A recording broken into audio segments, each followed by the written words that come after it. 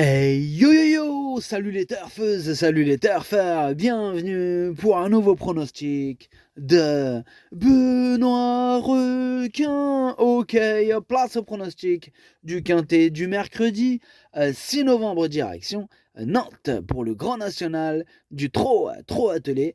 3000 mètres, 16 partants, réunion 1, course 2. Il y a un rendement de distance de 25 mètres à partir du numéro 10 et l'indice de confiance, c'est 2 sur 5. Petit retour sur le quintet de ce lundi. Il y a eu du trouble fait à l'arrivée. Cette vidéo, je la tourne avant l'arrivée du quintet de ce mardi. Je reviendrai dessus demain. On a atteint la barre des 100 000 abonnés, ça fait trop plaisir, un grand merci à tous mes abonnés et bienvenue à tous les arrivants. J'avais commencé, j'avais 4 abonnés, comme dit le proverbe, ne craignez pas d'être lent, craignez seulement d'être à l'arrêt. Ok, c'est parti, on commence le pronostic et on commence avec le numéro 1, Jinko du Roussoir, et on écoute Charles Dreux. Jinko du Roussoir, il n'a pas été revu depuis cet été. Il a connu à nouveau des problèmes pulmonaires. Il court, il court toujours bien de fraîcheur. Aussi, d'emblée, j'en attends une bonne prestation. Il a bien travaillé ces dernières semaines. Je ne serais pas surpris de le voir accrocher une place en toute fin de combinaison. Bon, moi je serais quand même assez surpris de le voir accrocher une place. Mais voilà, à mon sens, à mon avis, pour que ça arrive, il faudra vraiment quelques défaillances de chevaux en vue et vraiment un excellent parcours. Ce qu'il a pour lui, c'est les 25 mètres. Hein. Après le reste, voilà, je vois pas plus. Bref, moi je l'ai pas retenu, mais il est à l'arrière de ma petite liste des possibles troubles faits. On passe au numéro 2, c'est Hold Up du Dijon et on n'aura pas les commentaires de l'entraîneur, c'est Thierry Raffjo qui est parti pêcher tout seul. Enfin, tout seul, il a rejoint le bateau de Captain Ian Barbaro. Bref, amusez-vous bien. Alors, ce numéro 2, lui non plus, je l'ai pas retenu. Par contre, c'est lui mon gros regret. C'est lui mon cheval de complément. 4 non partants, attention possible, cassage en vue. On passe au numéro 3, Elixir de Crène, et on écoute Ernaud Zirmet. Écoutez, à 10 ans, Elixir de Crène est toujours aussi performant. Il a encore très bien couru jeudi dernier en prenant la 5e place du quintet. Là, dans la foulée, il découvre un engagement favorable au premier poteau. L'opposition est relevée, mais il est au top et maniable. À l'issue d'un bon déroulement de course, il peut encore s'immiscer dans le quintet. Ok, bien noté, Hermo Zermet. Bon, moi j'en ai préféré d'autres, mais lui je l'ai pas non plus rayé. Hein. Lui aussi c'est un regret, c'est mon deuxième cheval de complément, 4 nous partons, attention. On enchaîne avec le numéro 4, Harry de Sassy, et on écoute Jules Le Roulet. Harry de Sassy va aussi vite sur le sable que sur l'herbe. Aussi, on a axé sa saison sur le trophée vert, dont il a gagné le tournoi et la finale de Crown. Ici, il s'agit de sa dernière course de la saison. Il a déjà réalisé de belles performances sur le sable aussi. Hein. Le niveau y était un peu moins relevé. Hein. Bon, il y a quelques clients ici.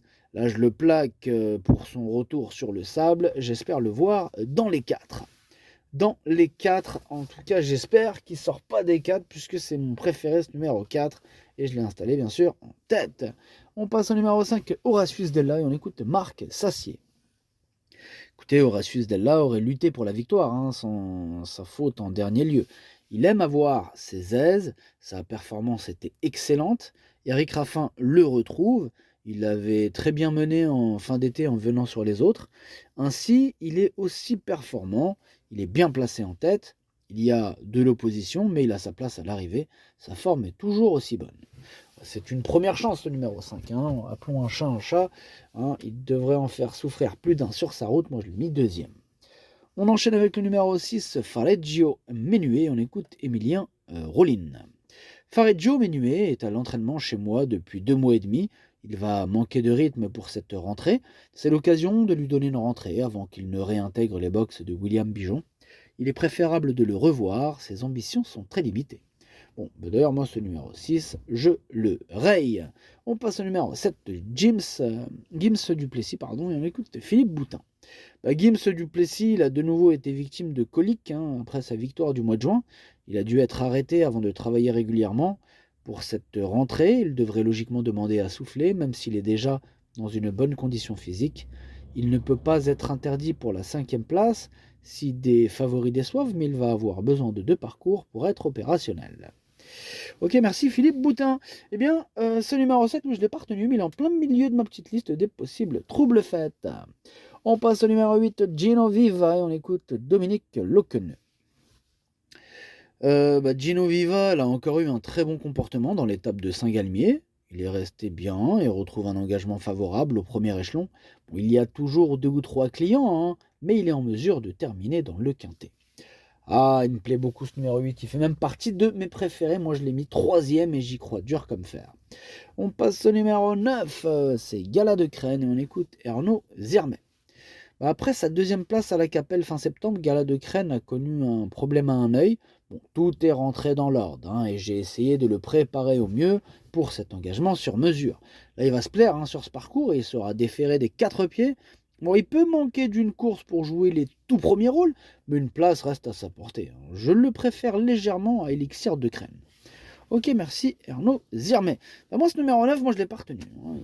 Il est pas si facile que ça, ce quintet. Hein. Pour ça, je vous ai mis un indice de confiance d'ailleurs de 2 sur 5. Moi, ce numéro 9, je l'ai pas retenu. J'en ai préféré d'autres.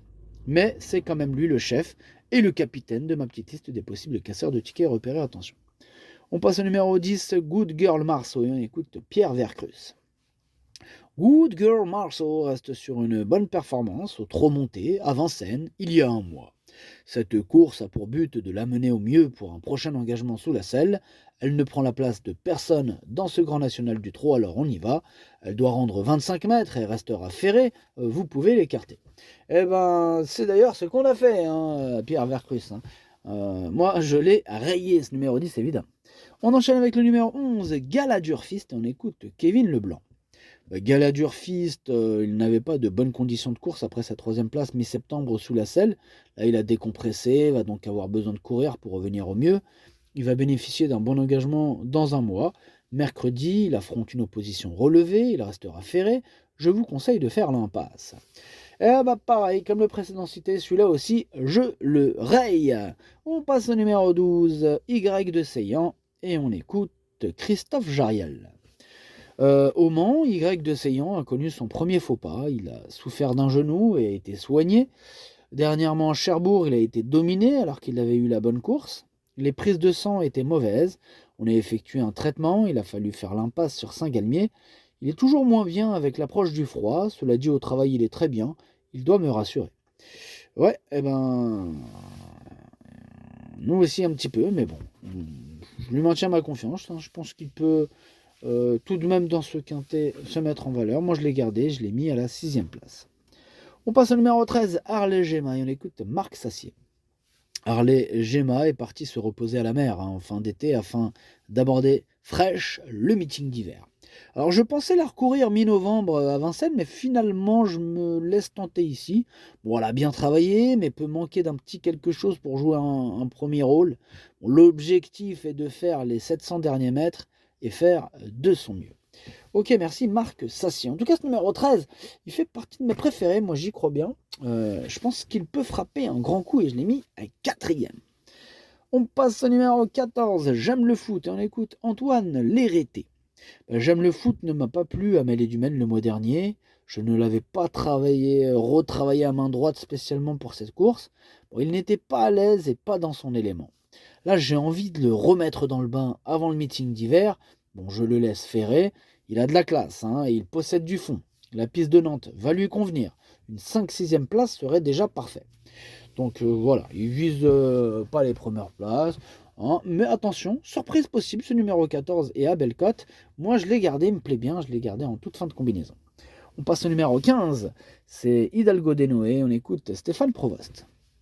Ferré à 25 mètres dans le prix Paul Bucat dimanche, Hidalgo Desnoé a très bien tenu sa partie et a terminé de bonne manière. J'avais prévu cette étape ensuite. Le profil de Nantes et ses 3000 mètres lui conviennent parfaitement. J'espère que l'épreuve sera moins rapide que l'année dernière. Il est capable de terminer sur le podium à l'issue d'un bon parcours. Je le défère totalement. Ok, merci Stéphane Provost. Moi, ce numéro 15, lui aussi, me plaît bien. Hein. Je l'ai gardé même assez haut. Enfin, assez haut. C'était relatif. Moi, je l'ai mis 5e. Et on termine avec le numéro 16, Idéal Lignerie. On écoute Jean-Philippe Monclin. Bah, Idéal Lignerie a intégré l'écurie début septembre. Il a bossé régulièrement, je l'ai amené travailler sur des hippodromes, hein. Bon, cette rentrée va me permettre de mieux le juger, mais il court bien frais. Et j'ai connu des étapes à Nantes mieux composées, hein, ouais. Bah là, déféré des quatre pieds, il n'est pas incapable de venir accrocher la cinquième place. Ouais, je suis tout à fait d'accord. Il pourrait très bien accrocher cette cinquième place à belle cote. Il pourrait pimenter les rapports de ce quintet, hein, mais les corser sérieusement. En tout cas, moi, ce numéro 16, je l'ai gardé en bout de combinaison. Le pronostic, ça donne 4, 5, 8, 13, 15, 12, 16 et 14. Merci d'avoir suivi cette vidéo. N'hésitez pas à mettre un pouce bleu si la vidéo vous a plu. Pour accéder à tous mes tickets pour la course du Quintet, rendez-vous directement en description de la vidéo. À jouer avec modération. Bonne chance. Chopez-le moi. Ciao.